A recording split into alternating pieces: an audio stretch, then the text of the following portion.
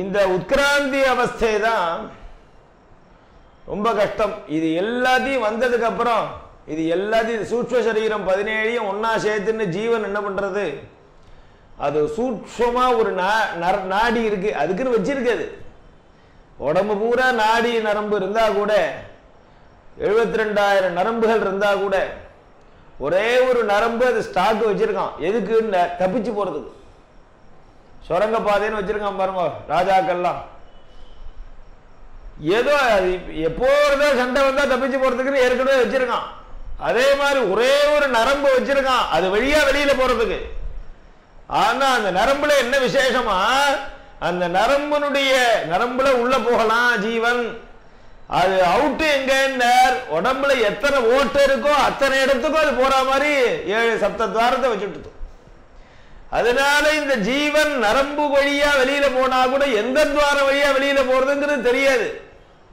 ஸ்டாண்டர்டா நம்மளால சொல்ல முடியாது. அது பார்க்கும்.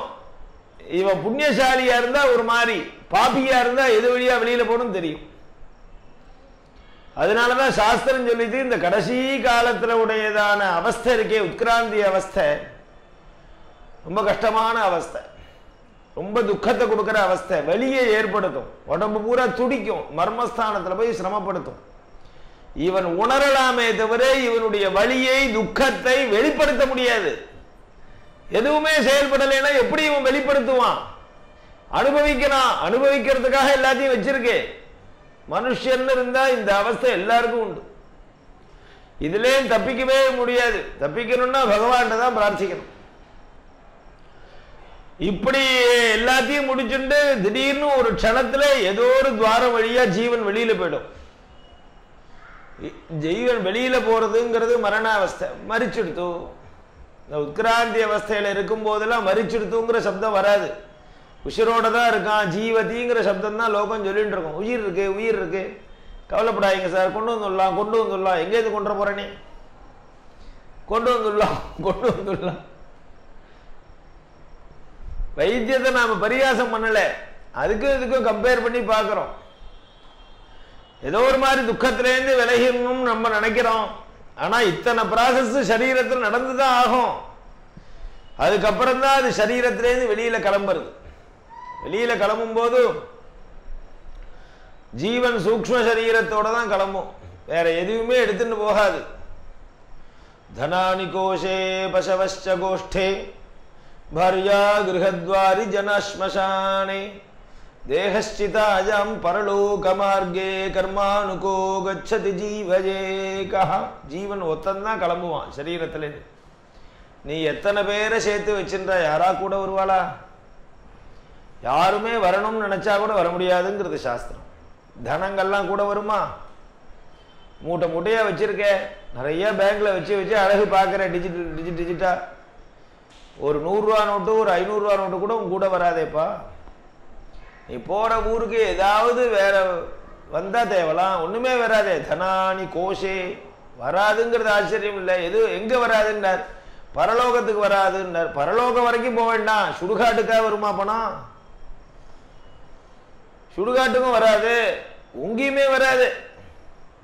அது புண்ணியமா மாத்துன்னு வாத்தியார் சொல்லுவார், அது கூட வராது. அது கதறுவர் வாத்தியார், அப்பா ஜீவன் போயிடுத்து, தானம் மித்திரம் மரிஷ்யதான்னு சொல்லியிருக்கு, நிறைய தானம் பண்ணுப்பா.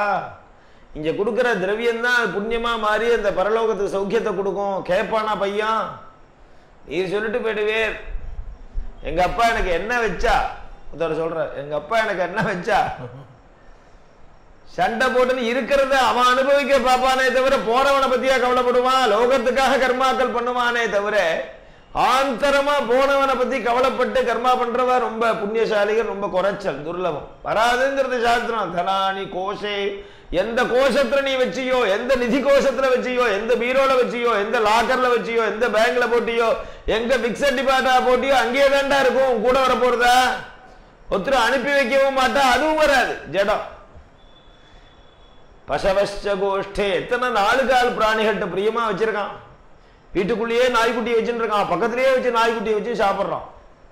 இந்த பக்கம் பூனைக்குட்டி, நாய்க்குட்டி, என்னென்னமோ வச்சிருக்கான். பசு மாடுகள், கோழியிலேருந்து ஆரம்பிச்சு என்னென்னமோ வச்சிருக்கான். ஏதாவது எல்லா ஜீவனும் கண்ணை விட்டு அழும் சாகும் போது. ஏதாவது கூட வருமா? எல்லாரும் அழற மாதிரி அதுவும் பாசம் இருந்தா அழுமே தவிர. ஆத்மனஸ்து காமாஜ சர்வம் பிரியம் பவதி. எதுக்கு அழறதுன்னா, நீ கிளம்பி போறியே, நீ பரலோகத்துல போய் என்ன கஷ்டப்பட போறியோன்னு அழலையா. நீ பேட்டியே இதுவே எனக்கு என்ன யார் கவனிப்பா? எவ்வளவு சுயநலம் பாருங்க. அது சொல்லி சொல்லி வேற அழுவும் இந்த ஜனங்கள். நீ பேட்டியே நான் அவஸ்தப்பட போறேனே, திண்டாட போறேனே, இப்படி விட்டுட்டு பேட்டையிலே மாமா. சுயநலத்தை சொல்லி வேற காமிக்கணுமா? பசவஸ்ய கோஷ்டே பாரியா கிரகத்வாரி பதியோ பாரியோ.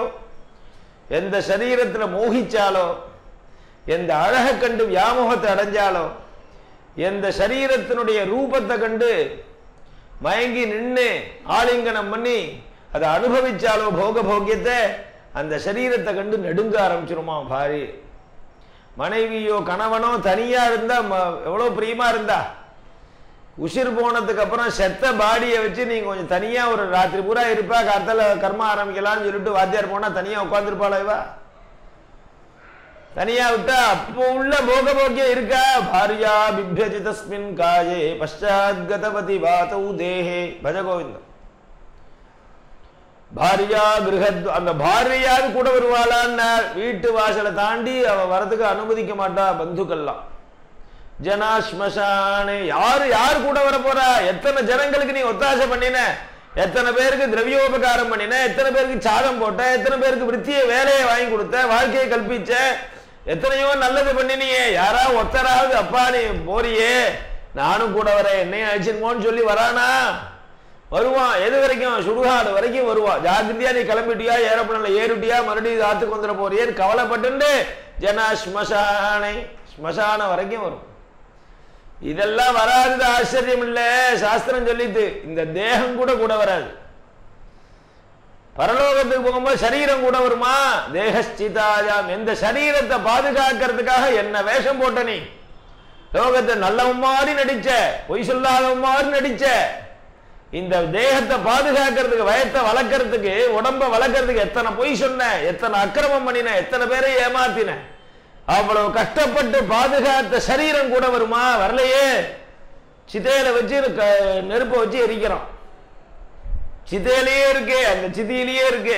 தேகஸ்சிதாயாம் பரலோகமார்கே. ஜீவன் சரீரத்திலேருந்து வெளிப்பட்ட உடனே அதோட கூட வர்றது எதுன்னார்? கர்மானுகோ கச்சதி ஜீவஜேகா. நீ பண்ணின புண்ணிய கர்மாக்கள் பாப கர்மாக்கள் ரெண்டும் கூட வரும். எதுவுமே வராது. அத்தனையும் விட்டுட்டு தானே கிளம்புறது. இது வாசாம்சி ஜீர்ணானி யதா விகாய நவானி கிருண்ணாதி நரோபராணி. கீதாச்சாரியன் சொல்றான், ஜீவன் வருத்தப்படாது. ஜீவன் அடாடா நாம போறமே வருத்தப்படாது. இத்தனை நாள் இந்த வீட்டில் வாழ்ந்துட்டு இருந்தோம், இந்த வீட்டை விட்டுட்டு போறமே அப்படின்னு வருத்தப்படாதான். சீக்கிரம் போகணுமே நினைக்குவான். ஏன்? பழைய வீடு புது வீடு ரெடியா இருக்கு, அதுல என்ன சௌக்கியமா இருக்கலாங்கிற எண்ணத்தோட கிளம்புமா அது. அதனால கிருன்னு கிளம்பிடும். அது வருத்தப்படாது. ஆனா ஒரு சாமான் பாக்கி இல்லாம எல்லாத்தையும் எடுத்துட்டு கிரமேண எடுத்துட்டு மொத்தமா போறது இல்லையா? அப்படி அதனால சட்டையை மாத்திக்கிற மாதிரி, சட்டை அழுக்கா போனா கைட்டு வேற சட்டையை போட்டுக்கிற மாதிரி, வாசாம்சி ஜீர்ணானி யதாவி. ஜீர்ணமான வஸ்திரங்களை உதறி தள்ளிவிட்டு நவானி கிருண்ணாதி நரோபராணி. புதுசா எடுத்துக்கிற மாதிரி இந்த உடலுக்கு வயசாயிடுத்து, நாளாயிடுத்து, சொன்னதை கேட்க மாட்டேங்கிறது ஜீவன் நினைக்கிறது. மனசு என்ன சொல்றதோ அது உடம்பு கேட்கறதோ கடைசியில கேட்கல. மனசு நடக்கணும்னு தோன்றது, ஆனா உடம்பு சொன்னதை கேட்கலையே, நடக்க முடியலையே, மூட்டு வலி வந்துடுச்ச. மனசு ஏந்துக்கணும்னு நினைக்கிறது, ஏந்துக்க முடியலையே. மனசு பேசணும்னு நினைக்கிறது, பேச முடியலையே. ஒரு கட்டத்தில் எல்லாம் செயல்பட்டு இருந்தது. கடைசி காலம்ங்கிறது ஜீவன் நினைக்கிறத ஜீவனால செயல்படுத்த முடியல. அப்படிங்கிற அவஸ்தையில ஜீவன் சீச்சி இதை விட்டுட்டு கிளம்பணும்னு தோன்றது. இது ஜீர்ணமா போயிடுத்து, பழசா போயிடுத்துங்கிற என்ன ஜீவனுக்கு எப்ப வருது? தன்னுடைய செயல்படுத்த முடியல அப்படின்னு கண்ட்ரோல் போயிடுத்துன்னு உடனே கிளம்பணும்னு நினைக்கிறது. அதுதான் சொல்றார் நபானி கிருண்ணாதி நரோபராணி. அப்படி கிளம்பும் போது கூட இது என்ன பண்ணுமா? கிளம்பிட்டு அடுத்தது என்னன்னு யோசிக்கும். எங்க போறோம்? பரலோகத்துக்கு போறோம். ஏதோ ஒரு லோகம். பரலோகம்னா வேறு உலகம்னு அர்த்தம். பரலோகம்னா மேலுலகம்னு அர்த்தம் இல்ல. பரம்னா வேற, அந்நியத்து, வேற உலகத்துக்கு போறான். ஏதோ பூலோகத்திலையும் கிளம்பி வேற உலகத்துக்கு போ. நீ எங்க போனாலும் நீ பண்ணின புண்ணிய பாபங்கள் பின்னாடி வந்துட்டே இருக்கு. இதுக்கு சுக துக்கத்தை அனுபவிச்சான். புண்ணியம் நிறைய பண்ணியிருந்தா அதுக்கான சுகம் உண்டு, பாபம் பண்ணியிருந்தா துக்கம் உண்டு. இந்த புண்ணிய பாபத்தை எடுத்துட்டு போறது, புண்ணிய பாபத்தை அனுபவிக்கணும்னு சொன்னா உடம்பு இருந்தா தான் அனுபவிக்க முடியும். உடம்பு இல்லடா தெரியுமா புண்ணிய பாபம்? தெரியாத, அனுபவிக்க முடியாத. சுகத்தை அனுபவிக்கணும்னா நல்ல சரீரம் நல்லா புஷ்டியா இருந்தா தான் சுகத்தை உணர முடியும், துக்கத்தை உணர முடியும். அதுக்காக இது என்ன பண்றது? அடுத்த சரீரம் என்னவோ அதுக்கான ஒரு தேவையே, அடுத்த சரீரம் உருவாகணுமே, அதுக்காக சரீரத்தில் இருக்கக்கூடியதான சரீர உடலை உருவாக்குறதுக்கு காரணமா இருக்கக்கூடிய ஜீன்ஸ் சொல்றவன், அதுல இந்த பஞ்சபூதங்களுடைய ஒரு ரசத்தை ஒண்டி எடுத்துட்டு அதோட போறது. சரீரம்னா பஞ்சபூதத்தினாலதானே உருவாக்கப்படுறது. பிருத்திவி, அபு, தேஜஸ், வாயு, ஆகாசத்தினுடைய கூட்டு சேர்க்க தான் உடல். அதனால இந்த பஞ்சபூதங்கள் சரீரத்தில் இருக்க, இதுக்குள்ள ஒரு சூக்ஷ்மம் இருக்கு, ஒரு அணு இருக்கு. இதுதான் ஃபார்முலா. இது இருந்தா சரீரம் உண்டாயிடும். பிருத்திவியினுடைய அம்சம், தேஜஸனுடைய அம்சம் எல்லாம் இருக்கு. அந்த சூக்ஷ்மமான பஞ்சபூதத்தினுடைய சாராம்சத்தை எடுத்துட்டு சூக்ஷ்ம சரீரத்தோட கிளம்புறதான். அதனாலதான் இவனுக்கு அடுத்த சரீரம் என்னங்கிறது முன்னாடியே தெரியும். இவனுக்கு அடுத்த சரீரத்தை பிடிச்சிட்டு தான் இவன் கிளம்புறான். நம்ம சாகும் போது கூட நமக்கு அடுத்த ஜென்மா என்னன்னு நமக்கு தெரியும். தெரியும்னா அடுத்த சரீரம் என்னன்னு தெரியும், அவ்வளவுதான். திருணஜலூகா நியாயம்னு சொல்றா சம்ஸ்கிருதத்துல. திருணஜலூகான்னு ஒரு புழு நீட்டமா இருக்கும், ஒரு விரல் நீளத்துக்கு இருக்கும் வச்சுங்களேன். அது என்ன பண்ணும்? அப்படியே நகர்ந்துட்டே தவழக்கூடிய புழு மண்ணுல. அது இப்படியே ஊர்ந்துட்டு மண்புழு மரவட்ட மாதிரி ஊறாது. அது என்ன பண்ணும்? இப்படி தன்னுடைய உடம்புனுடைய முன்பகுதியை ஒண்டி இப்படி முன்னாடி தூக்கிக்கும். தூக்கிட்டு அது அடுத்த இடத்துல போய் முன்பகுதியை வச்சுட்டு அப்புறம் பின்பகுதியை தூக்கி முன்பகுதியோட சேர்த்துக்கும். அது பார்த்தாதான் தெரியும். இப்படி இருக்கிற மண்புழு இப்படி வந்துடும், மறுபடியும் இப்படி தூக்கி அடுத்த இடத்துல வச்சுட்டு இது போய் அங்க சேரும். இப்படி தாவி தாவி போற மாதிரி. என்ன அர்த்தம்னா, தான் அடுத்த இடத்துல எங்க போக போறோமோ அந்த இடத்துல போய் பிடிச்சின்றதுக்கு அப்புறம் முதல் இடத்துல இருந்து விலகும்.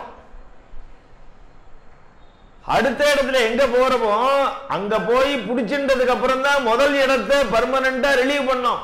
புது ஆத்து குடி போனதுக்கு அப்புறம் பழைய ஆத்த காலி பண்ற மாதிரி.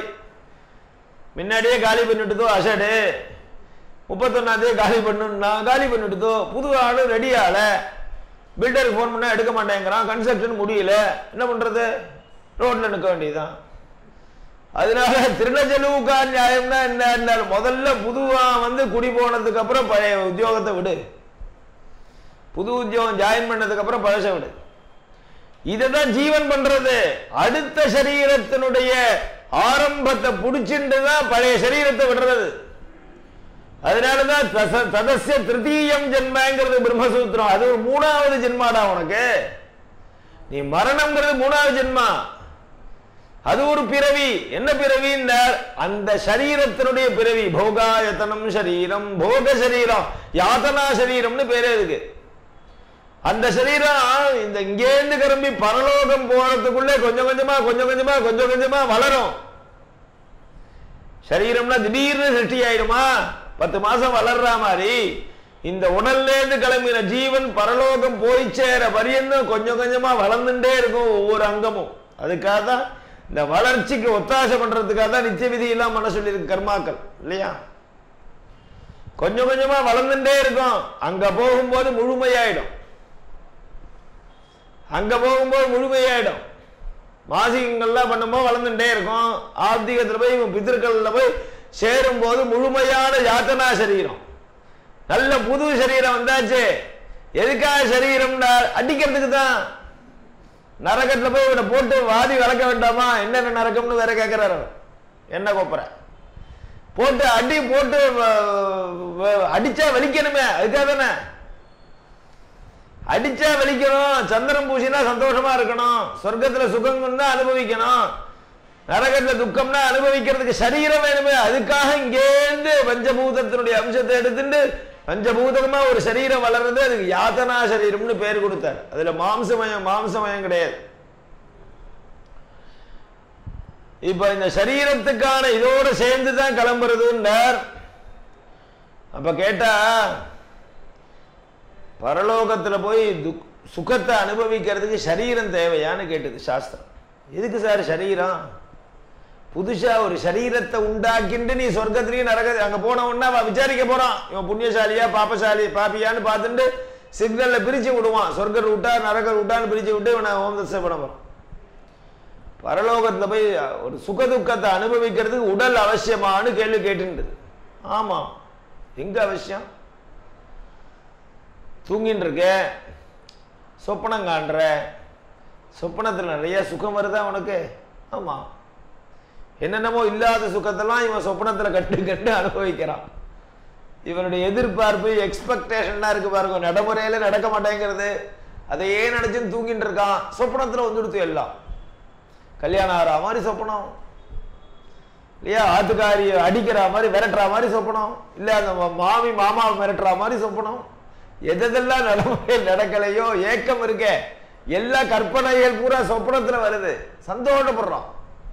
யாரோ இந்த சம்பாவனை பண்ற மாதிரி சொப்பனம், நமஸ்காரம் பண்ற மாதிரி சொப்பனம், புஷ்பம் போடுற மாதிரி சொப்பனம், ஏதோ எதெல்லாம் சுகத்தை கொடுக்குமோ, நல்ல ஆகாரம் கொடுக்குற மாதிரி சொப்பனம், நிறைய வயிறு அட்டிக்க வாங்கி தர மாதிரி சொப்பனம். எவ்வளவு சந்தோஷம். சில துக்கமும் வரும். காத்தால போன் பண்ணாரு ஒருத்தர், மாமா மலை மேலேருந்து நான் கீழே விழுற மாதிரி சொப்பனம், என்ன பலன் மாமான்னு கேட்கிறேன். மலை மேலேருந்து விழுதுட்டான், மலை மேலே கீழே விழுற மாதிரி சொப்பனம். அப்படியா, விழுதுட்டு எல்லாம் அடிபட்டுதான்? பட்டுது மாமா. எங்க அடிபட்டது? என் தலையில அடிபட்டு தலையே ரெண்டா தெரிச்சு போயிடுது.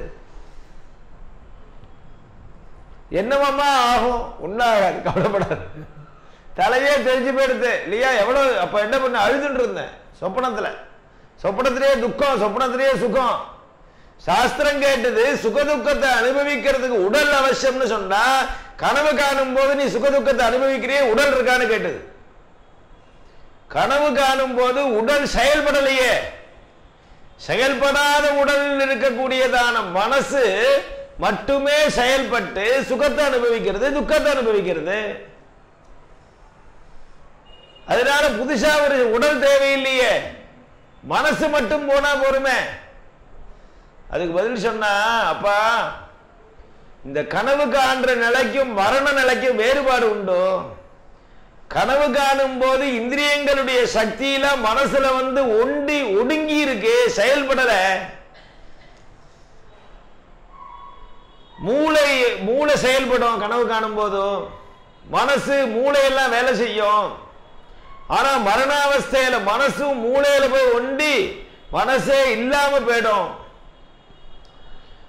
அதனால என்ன மனசு மட்டும் போறதுன்னு சொல்றேன். மனசு மட்டும் இருந்தா சுகதுக்கத்தை அனுபவிக்க முடியாது. மனசு மூளையும் ஒன்னா சேரணும். மனசு அனுபவிக்கக்கூடிய சுகதுக்கத்தை உணர்றதுக்கு மூளை தேவை, புத்தி தேவை. மனசு வேற மூளை வேற இல்ல. மூளைங்கிறது சூக்ஷ்ம சரீரத்துல சேராது, ஸ்தூல சரீரத்தை சேர்த்துட்டா. மூளைங்கிறது சூக்ஷ்ம சரீரம் இல்ல, அது ஒரு சத நரம்பு மாம்சம், இதனுடைய சேர்க்கை தான் மூளைன்னு சொல்றா. அதுதான் சாஸ்திரமும் சொல்றது. அது செயல்படக்கூடிய விதம் வேணா இருக்கே தவிர. அதனால இப்ப என்ன ஆச்சுன்னா, கேவல மனசனால சுகதுக்கத்தை அனுபவிக்க முடியாது, மூளையோட சேர்ந்த மனசனாலதான் அனுபவிக்க முடியும். கனவுல கூட மனசு மூளை ரெண்டும் சேர்க்கதான் சுகதுக்கத்தை அனுபவிக்கிறது. மூளைங்கிறது பிசிக்கல் பாடி. அதனால கேவல மனசு ஒண்டி போக முடியாது, மூளையோட சேர்ந்து போவோம்னு சொன்னா, மூளைங்கிறது என்ன சார்? சத நரம்பு இதோட சேர்க்க தானே. அப்போ அது எங்க தனியா இருக்கும்? மனசுக்கு சுகதுக்கத்தை கொடுக்கறதுக்கு இந்திரியங்கள்லாம் தேவையாச்சே, கண்ணு காது மூக்கு நாக்கெல்லாம் தேவையாச்சே. அது இருந்தா தானே சுகதுக்கம் உணர முடியும், அதுவும் தேவை. இப்படியே படிப்படியா பார்த்துன்னு போனா முழுசா ஒரு உடல் இருந்தாதான் சுகதுக்கத்தை அனுபவிக்க முடியும், இல்லாட்டா அனுபவிக்க முடியாது. இதனாலதான் அந்த ஜீவனானது இங்கே இருந்து கிளம்பி பரலோகத்துக்கு போய் சுகதுக்கத்தை அனுபவிக்கிறது. தேகத்தோடையே பரலோகத்துக்கு போலாமா சரீரத்தை விட்டுட்டு தானே போறான். ஏன் ஜீவன் தேகத்தோட சரீரத்தை விட்டுட்டு போறது இல்லை அப்படின்னு கேட்டா. அதே மாதிரியே உபநிஷத்துல ஒரு கதை இருக்கு இல்லையா?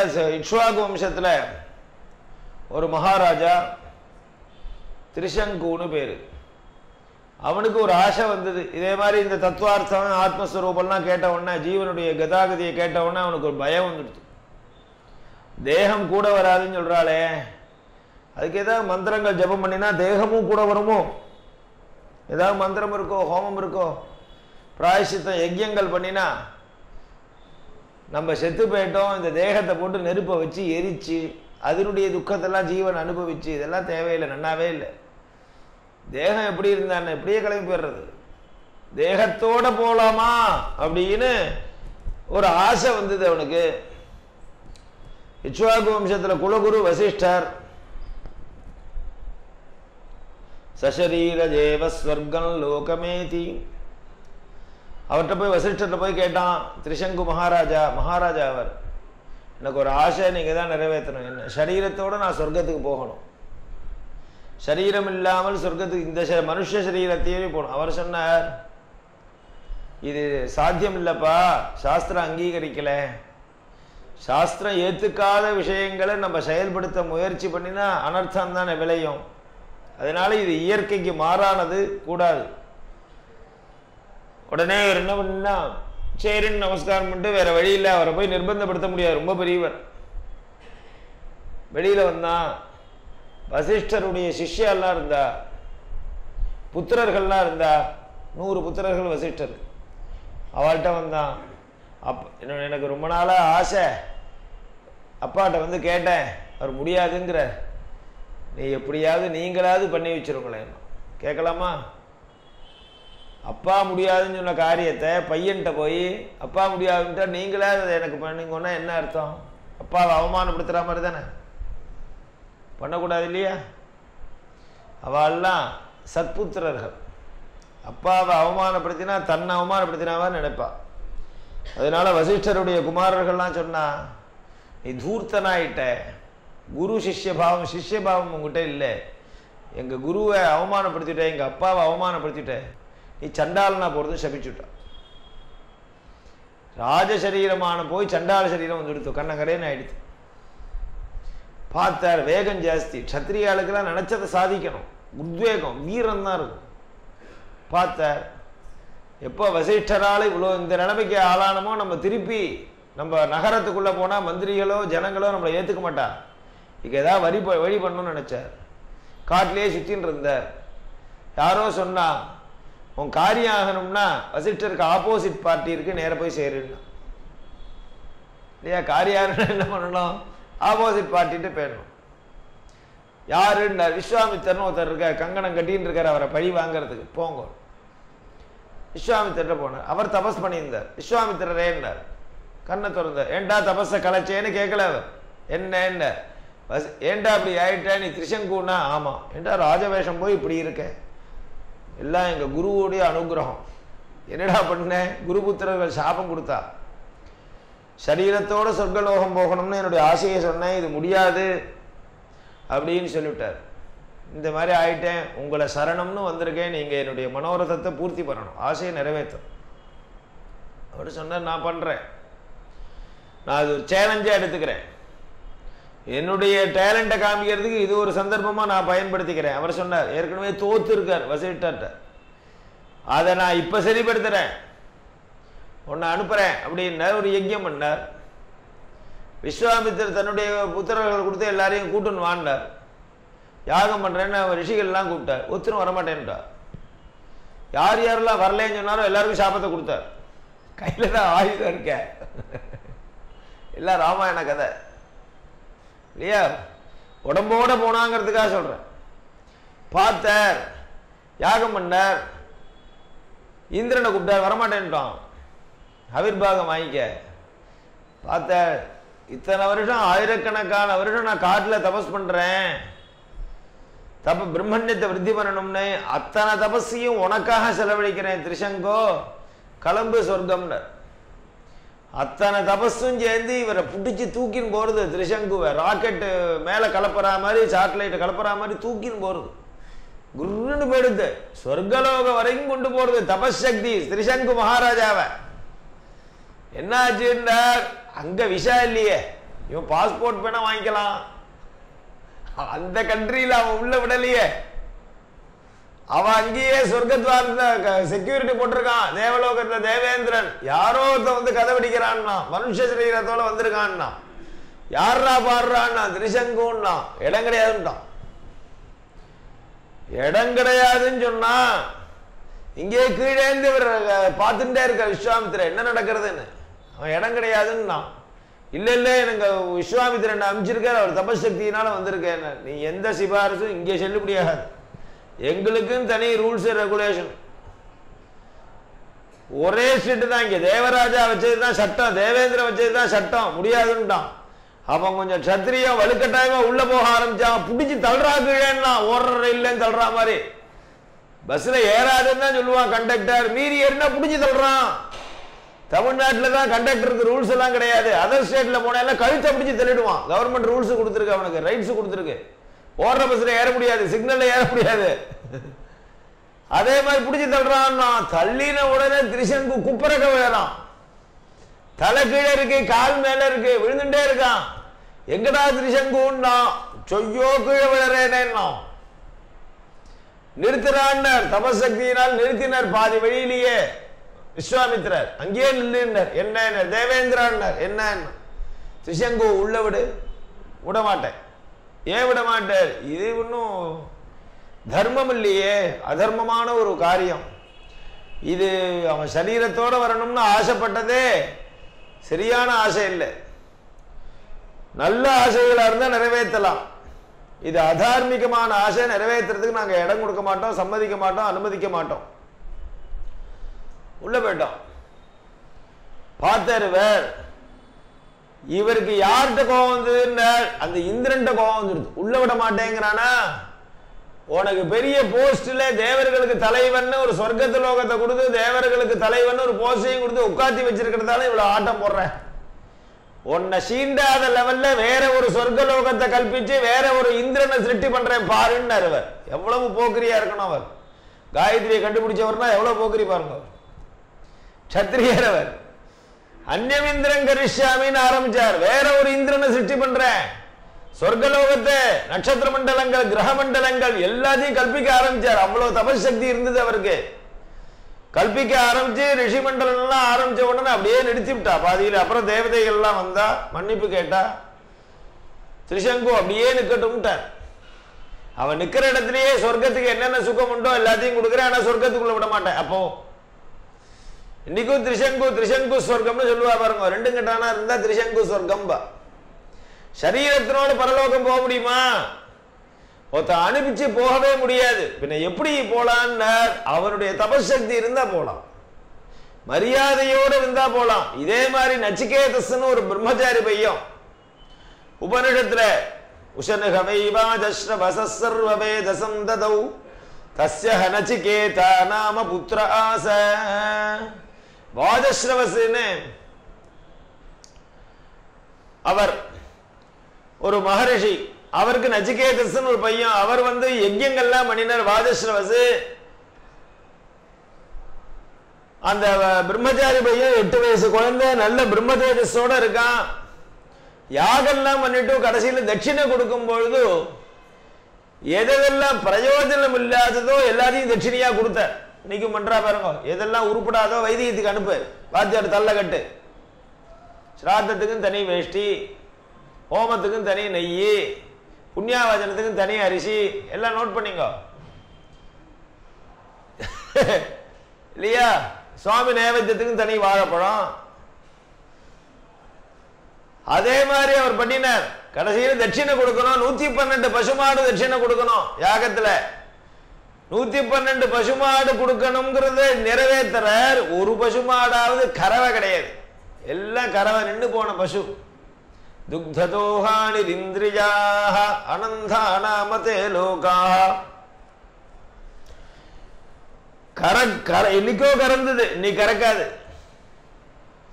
ரொம்ப சாப்பிடவே ஜீரண சக்தியே ஆகாததான கிழமாட்டா கொடுத்தார். பார்த்தான் இவன், இந்த குழந்தை பார்த்தது, இப்படி எல்லாம் கொடுத்து யாகம் பண்ணினா நரகத்துக்கு தான் போமா, சொர்க்கமா கிடைக்கும்?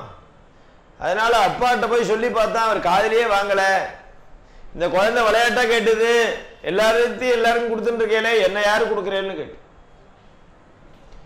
அந்த அப்பாவுக்கு மகா கோபம் வந்துடுதோ, உன்னை மிருத்யு கொடுத்துட்டேன்டான் ஆதஸ்ரவஸ் நச்சிகேதஸ். உடனே தன்னுடைய பிரம்மச்சரியத்தினுடைய தபஸ உபயோகப்படுத்தி மிருத்யுலோகத்தை கிளம்பிட்டான்.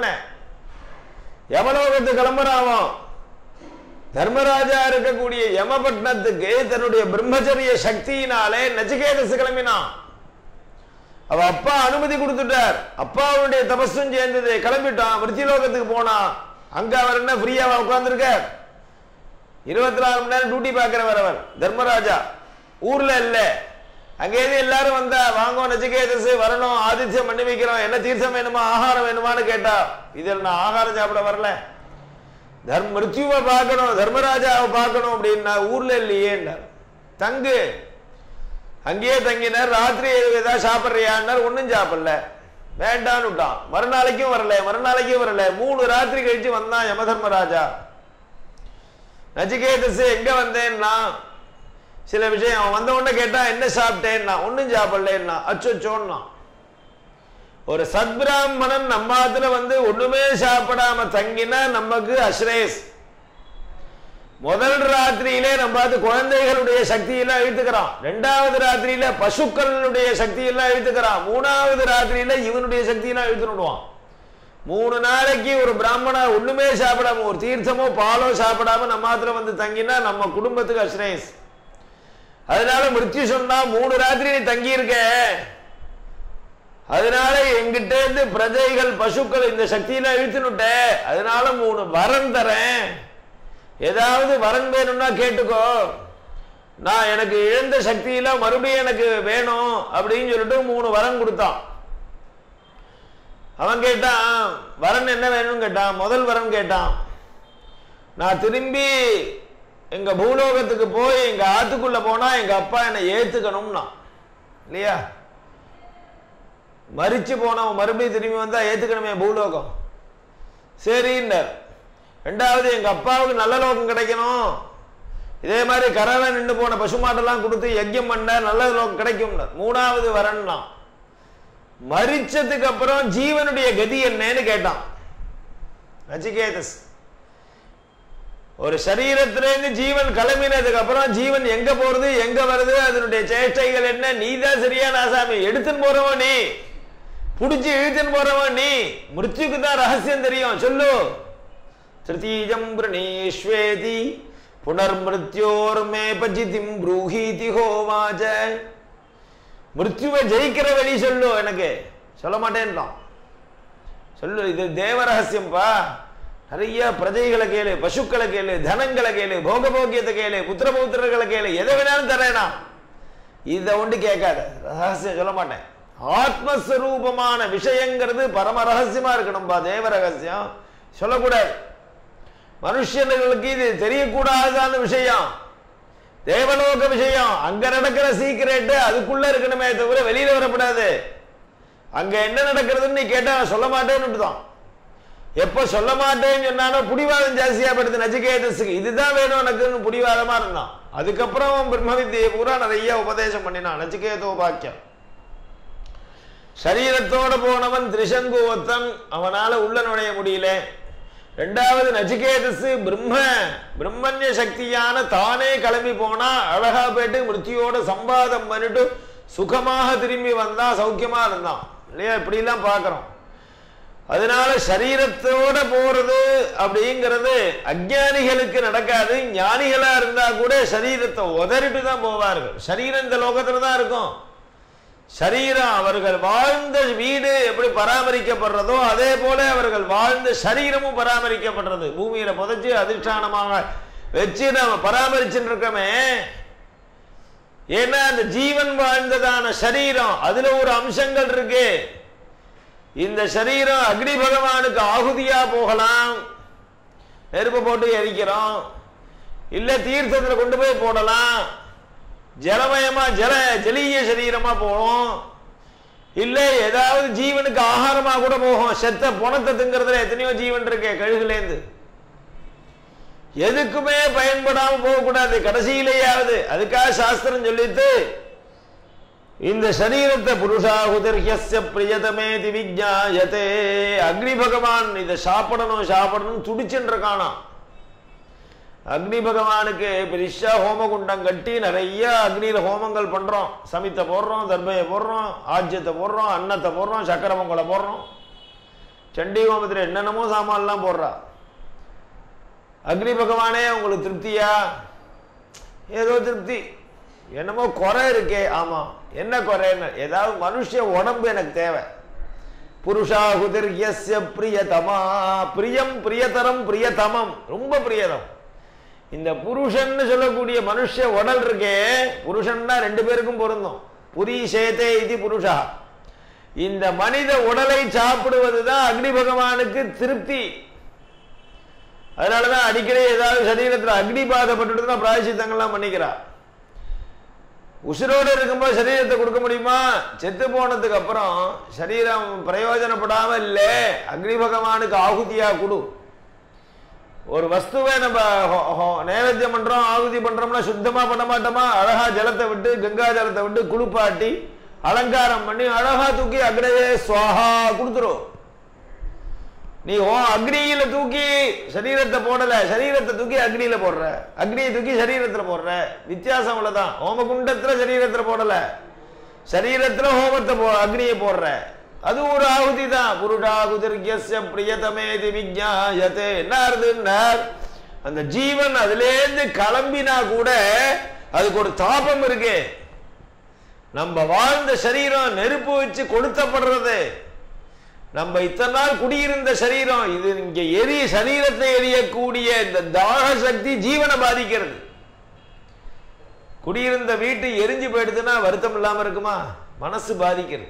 அடாடா நெருப்பு பிடிச்சு கொடுத்தேன், எப்படி எல்லாம் இருந்த வீடு இடிஞ்சு போனாலே வருத்தப்படுறான். கிராமத்துக்கு போய் பார்த்துட்டு எங்க அப்பா தாத்தாலாம் எப்படி இருந்த வீடு இன்னைக்கு எப்படி இருக்குன்னு பார்த்தா மனசு சோசிக்கிறது. சரீரம் எரிஞ்சா வெளியில சரீரத்திலேருந்து 10 அடி தள்ளி நின்று சிதையில தள்ளி நின்று இருக்க ஜீவன் அதை பார்த்து கண்ணுங்கதலியுமா அழறது. அழறதோட சரியானார் இதனுடைய பாத அதுக்கு எரியறது. வாசனை இருக்கும் இல்லையோ, இதுல வச்ச நெருப்பு அதை சுடுறது.